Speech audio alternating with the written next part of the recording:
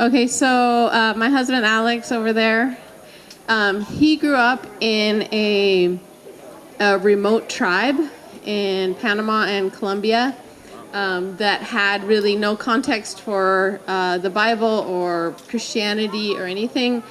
And when he was growing up, his grandfather was a witch doctor. And so he basically depended on, evil spirits to either help or hurt people. And in his culture, when you made basically a deal with the evil spirits, you couldn't undo the deal, right? They put their power at your disposal, but you were also under their power. And so his grandfather was a witch doctor, and then he was training Alex's dad to follow in his footsteps. So probably had God not intervened, that would have been what his destiny would have been. So during this time, God spoke to a woman in Panama who was a missionary, and she had it on her heart to go out into the remote villages and preach. And she really didn't have the backing of any church or anyone that I know of. She just had this call. And so she started visiting Alex's village and preaching the gospel.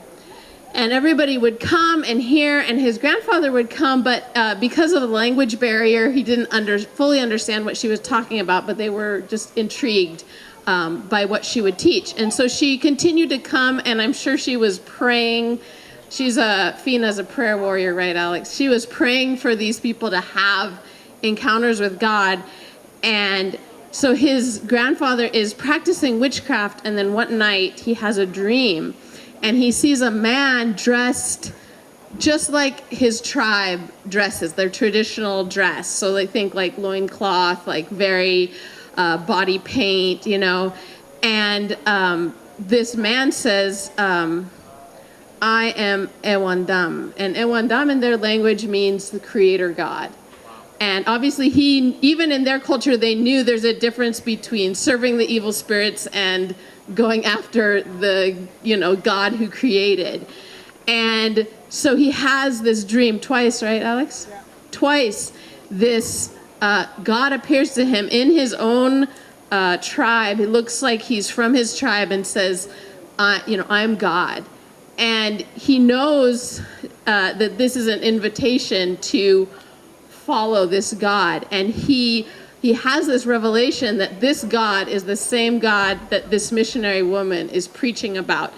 And so the next time she comes to the village, he gives his life to Jesus. And even with the language barrier, they have their own language, and she's preaching in Spanish. And he comes and he brings all his implements that he used to contact the spirits and to, heal or whatever. And he burns them, and he says, I'm following Jesus now. And his family follows in line. So Alex's father ends up becoming a believer, and then Alex ends up being raised in a Christian family. And the most shocking thing is that these demons should have, according to their traditions and what they knew, the spirits that his grandfather had been serving should have come after him and killed him. That was kind of knowledge. If a witch doctor left their ways, that was the end, that they would die. And so he didn't die. In fact, he lived to be what, Alex, 100?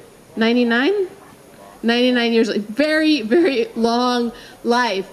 And the whole family began following Jesus. And this missionary woman became like a second mother when Alex was growing up.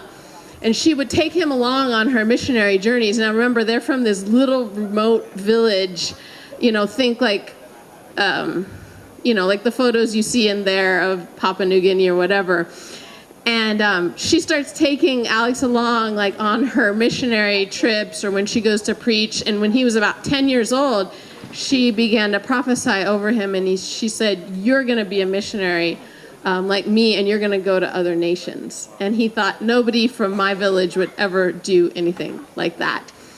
And to make a long story short, he ended up meeting YWAM, going into missions, and years later remembered her prophecy that he would become a missionary and do something that nobody in his village had ever imagined would even be possible. So God changed the whole trajectory of their family through this brave missionary and her. I'm imagining it was an answer to prayer that he had those dreams, and it clicked in his mind that this God that she's preaching is the same God that was revealed to our tribe many years ago, and it's the one true God, and changed the whole history of their family. So that's our testimony.